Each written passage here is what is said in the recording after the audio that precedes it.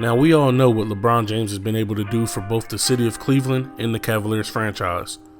But before he would break their hearts and win them back over again, there was another player the Cavs took in the first round of the 2002 NBA draft. The Cavs were desperate for a star, and they believed they had their guy.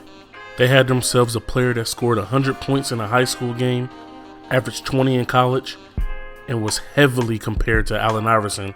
Many former players say that he's the purest scorer that they've seen since. And even though he's been out of the league for over 10 years, many people still believe that he could help an NBA team still to this day. A player drafted before Amari Stoudemire and Caron Butler. A player that some simply described in one word: the Messiah. Milt Wagner had a lot of pressure on him even at an early age.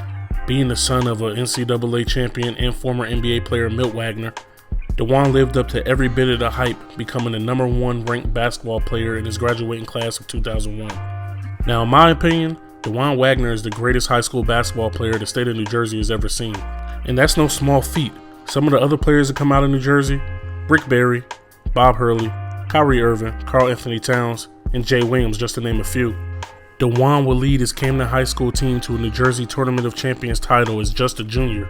Now, if you think that's no big deal, that Camden High team is the last public school to win the title since, and it's almost been 18 years. DeJuan will go on to finish his high school career with 3,462 points, a record that still stands in New Jersey today. His senior year alone, he averaged 42.5 points. DeJuan was ultimately selected to be a McDonald's All-American, where he showcased his talent against some of the best high school players in the nation, scoring 25 points in that game. DeJuan was also unanimously selected as the Naismith Boys High School Player of the Year. And in case you didn't know, this award recognizes the best high school player in the entire country. DeJuan will ultimately sign a letter of intent, choosing to play for the Memphis Tigers and John Calipari for a year. DeJuan will go on to have a pretty good season, averaging 21 points a game. DeJuan was such a talent that after his freshman year, Coach Calipari ripped up his scholarship papers, effectively revoking his scholarship, not allowing him to rejoin his basketball team, forcing him to enter the 2002 NBA draft. DeJuan was selected 6th overall by the Cleveland Cavaliers. He ended up having a pretty good rookie year. He averaged 13.4 points a game, shooting nearly 40% from the field, and although he only played 47 games due to knick-knack injuries and illness, his star power and potential was clear and was on full display.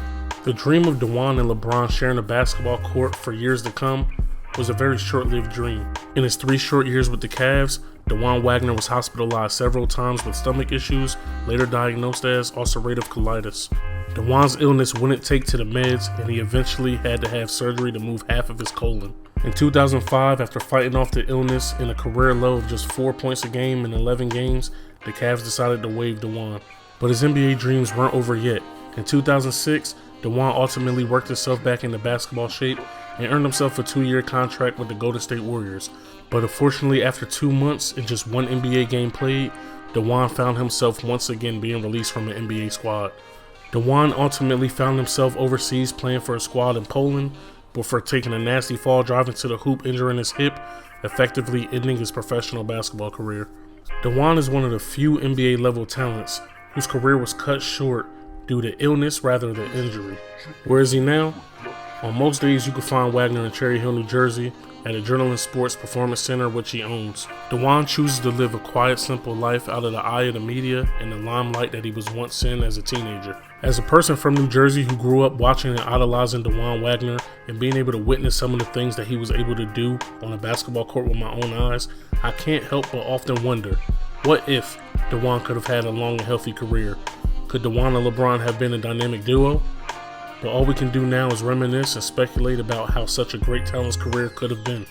But one thing is for sure, and one thing is for certain. His name will always be in the conversation as one of the best prep players of all time. I'm going to stand up myself.